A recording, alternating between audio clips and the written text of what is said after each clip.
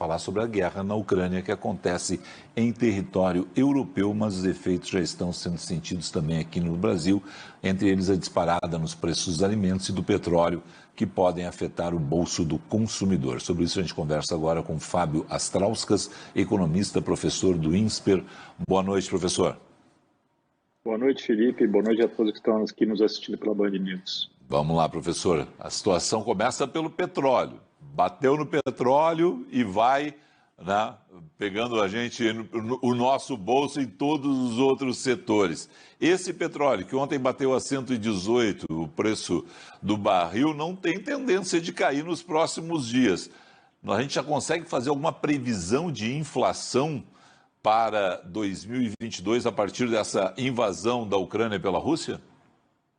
Pois é, Felipe, o petróleo que foi aquele grande vilão, né, já durante esses últimos 2 anos, desde o início da pandemia, continua forte, continua mais vilão do que nunca, até porque a Rússia é um grande ator, né, exportador de óleo, e não só de óleo, também de gás, né, mundial. Vai haver um impacto grande no Brasil e no mundo. O petróleo continuará em alta, níveis como esse que você acabou de citar no barril do petróleo, com impactos, não há dúvida nenhuma, aqui no preço, na bomba, né, de gasolina de todo consumidor. Além disso, ainda teremos uma pressão em alimentos, né? Também a Rússia, um dos itens fortes na falta de exportação da Rússia é o trigo.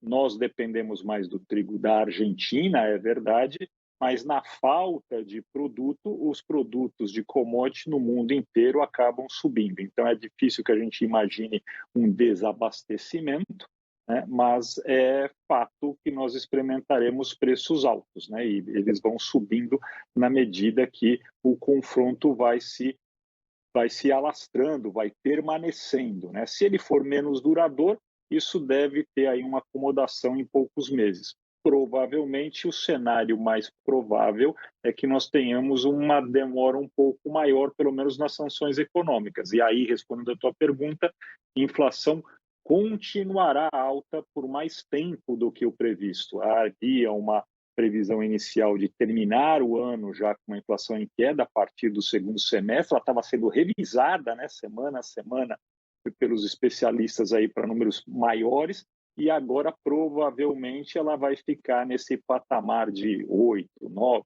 10% por bastante tempo. Ela já está em 10%, mas deve ficar nessa faixa por bastante tempo e talvez até tenha um recrudescimento aí nos próximos índices. Tá? A gente vê aí um número maior, até as prévias têm mostrado isso.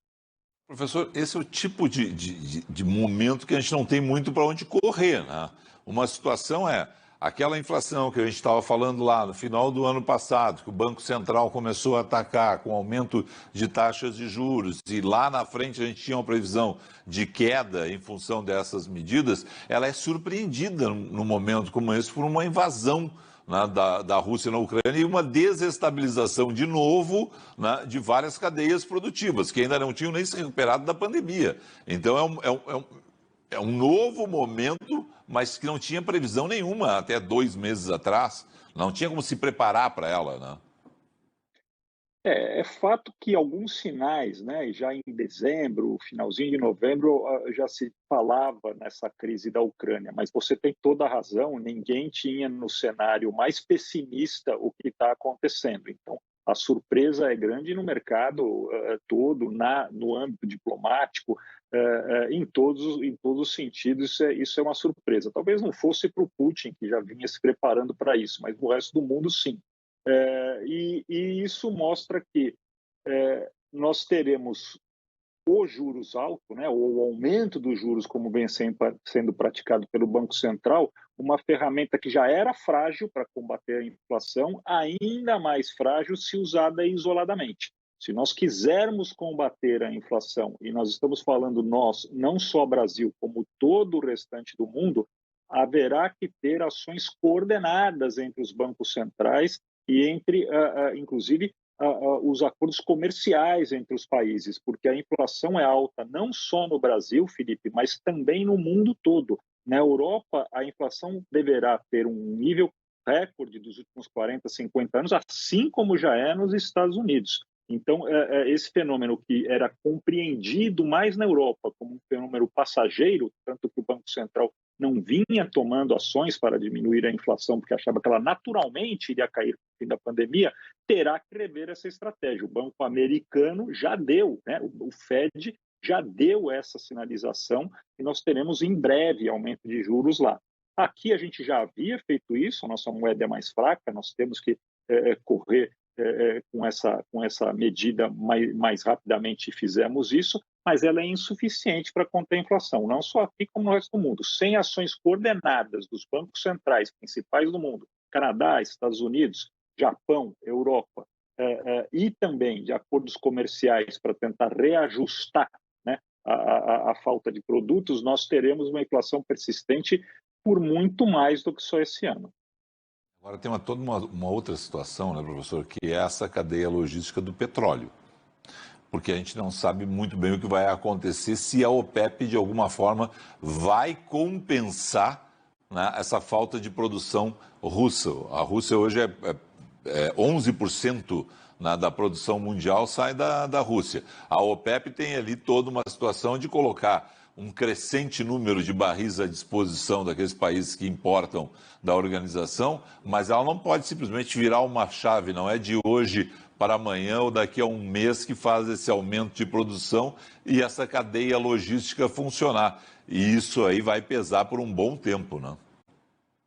Você lembrou algo muito importante, Felipe. A cadeia logística ela é um fator preponderante para a manutenção da inflação e do desarranjo de preços. Isso já aconteceu, já aprendemos isso, né, durante a pandemia e estamos vendo isso acontecer agora. Os boicotes que estão sendo feitos, né, da Europa com relação à Rússia modificarão o cenário logístico internacional mais uma vez. Então, ainda que nós consigamos com rapidez a possibilidade, apostas de petróleo em outros países para que a gente aumente a produção, escoar esta produção não é tão rápido. Então, o escoamento dessa produção pelos aspectos de bloqueio logístico, marítimo, terrestre, aéreo, eles farão bastante diferença, não só no petróleo, como você acabou de citar, mas em diversos outros produtos, que no passar do tempo irão modificar muito a nossa matriz de comércio, inclusive mundial.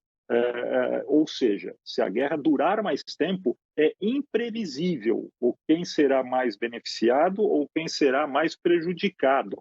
Mais prejudicado, todos sabemos, é sempre a população mais pobre. A gente sempre deve aqui fazer o parênteses, né, de que a gente está discutindo economia aqui, mas que o relevante, né, o mais importante são as vidas perdidas, é essa tristeza que nós estamos vendo lá na Ucrânia. Mas falando de economia, né, uma vez que é o nosso assunto, onde a gente pode atuar aqui, teremos um desequilíbrio muito grande ainda pelos próximos meses e, se a guerra durar, pelos próximos anos. O mais afetado sempre será aquele menos protegido, principalmente com relação à inflação. Veremos até, se a guerra durar pouco, um crescimento do Brasil frente a outras nações, há uma atratividade. O Brasil é um país exportador de commodities, irá provavelmente se beneficiar no curto prazo desse conflito.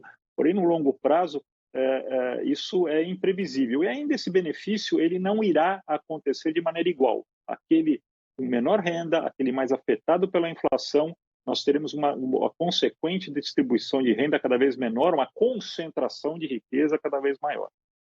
Perfeito. Bom, professor, Brasil vai bater no nosso bolso, o senhor já deixou isso bem claro. O que a gente tem que prestar atenção nesse momento? O Banco Central tinha aí uma ideia de parar de subir os juros, até porque foi um movimento antecipado pelo Banco Central brasileiro antes de outros bancos centrais. A gente tinha uma ideia que não ia aumentar. Pode seguir aumentando nessa situação, para tentar ainda conter preços, e adianta no momento onde a gente não vai ter muitas vezes produto, já que a demanda, vai ter problema. Como é que funciona isso aí? Boa colocação, Felipe, porque o Banco Central tem por obrigação buscar controlar a inflação através da subida de juros quando ela ultrapassa as metas, né? Vamos lembrar que a meta para esse ano é ainda mais rigorosa do que foi a do ano passado, que foi estourada, né? Que que o Banco Central não conseguiu cumprir. Provavelmente esse ano também, provavelmente não, com certeza, né, não conseguirá cumprir a meta desse ano também, o teto, vai estourar o teto da meta. Porém, há, né, como eu lhe disse, essa conjuntura mundial de aumento de preços. Então, é possível que em determinado momento o Banco Central entenda que essa ferramenta de subida de juros ela não é eficaz isoladamente para conter a inflação e abandone isso, quer dizer, não, abandone no sentido de interrompa, né, os aumentos seguidos de juros e isso então e mantenha isso apenas acompanhando ali, né, a inflação, como aconteceu na época anterior ao Plano Real, e não use isso como algo para combater, para diminuir a inflação. Como eu lhe disse, se o conflito se estender sem uma ação coordenada mundial, teremos inflação no mundo todo, inclusive no Brasil, por muito tempo. Então, não será o efeito do Banco Central na política de juros que será suficiente para conter a inflação. Infelizmente, né? Você está tocando num assunto e está insistindo nele de maneira muito pertinente, porque isso afeta o bolso de grande parte da população brasileira, não só brasileira, do mundo todo, os mais pobres. E isso vai fazer com que a gente perca uma renda relativa real, né, de poder aquisitivo, que será cruel, né, para os próximos meses aí, se permanecer dessa maneira. É isso, né? Que vai bater na parte mais sensível do nosso corpo, né? O bolso. Quer dizer, então, a gente tem que se preparar. É uma situação que, nesse momento, claro que a gente está olhando para uma invasão, para uma guerra, para a morte de civis, para confronto. É algo que a gente nunca gostaria de ter, né? A gente gostaria de ter um mundo pacificado, mas isso influi também aqui de outra forma, né? Nos pega pelo lado da sensibilidade humana, pelo lado das pessoas defenderem uma pacificação do planeta, mas também nos pega pelo lado da economia. Vai bater aqui essa guerra. É uma situação que a gente muitas vezes assim, não vai nos afetar. Afeta, sim, né? A nós e a todo o planeta, não é exclusividade nossa, né, professor? Sem dúvida nenhuma. Todos sabemos, né, aqueles um pouco mais velhos sabem o quanto era duro conviver num ambiente de alta inflação, o quanto isso é danoso, né, principalmente não para a economia. O país cresce com inflação, países crescem com inflação. O Brasil poderá até crescer mais do que a média mundial, ao contrário do que estava se prevendo logo antes agora do conflito, por conta dessa conjunção de venda de commodities, né, de vocação do país para isso. Porém, a concentração de riqueza será muito grande. Esse crescimento não será igual, não será distribuído de maneira igualitária, que é o principal benefício do crescimento econômico, né? Não apenas gerar riqueza, mas distribuir essa riqueza. Né? O que a gente viu na pandemia, né? Exatamente esse movimento, que alguns setores cresceram muito, se beneficiaram muito, e outros setores não cresceram.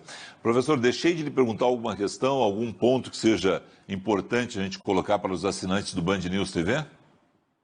Não, Felipe, eu acho que conseguimos cobrir aqui aquilo que era importante nesse momento, né? Passar essa nossa aflição com relação a esse conflito, que ela não dure, né? Porque prejudica vidas, é muito mais do que só afetar a economia, mas também não deixar de levar em consideração que no nosso caso aqui, mesmo lá longe, né, que está esse conflito, vai nos afetar bastante, de maneira muito cruel, se o conflito permanecer por muito tempo. As cadeias logísticas que não estavam organizadas, e é só a gente pegar o exemplo mais repetido, acho, na imprensa, né, para aquele que pega que é a situação, por exemplo, da indústria automobilística ou de outras indústrias que necessitam aí de tecnologia, não conseguiram ainda, né, colocar todas as suas produções em dia em diferentes pontos do mundo e não conseguiram fazer o abastecimento. Então a gente vê, por exemplo, carros faltando, né? E isso é uma demonstração do que vai seguir acontecendo. A guerra vai seguir desestabilizando várias cadeias logísticas e isso prejudica a todos nós. E Professor, imagine que num cenário de guerra prolongada, Felipe, desculpe só para completar, há um esforço, se o conflito escalar, né, há um esforço bastante grande para direcionar recursos para armamentos, para a guerra. E isso ainda desajusta mais ainda essa cadeia que você bem mencionou. Então, a gente ficaria aqui horas falando sobre isso e eu entendo que o nosso ouvinte e o programa precisa seguir, mas muito obrigado por ter participado do programa. eu que agradeço ao senhor, uma excelente noite. Muito obrigado.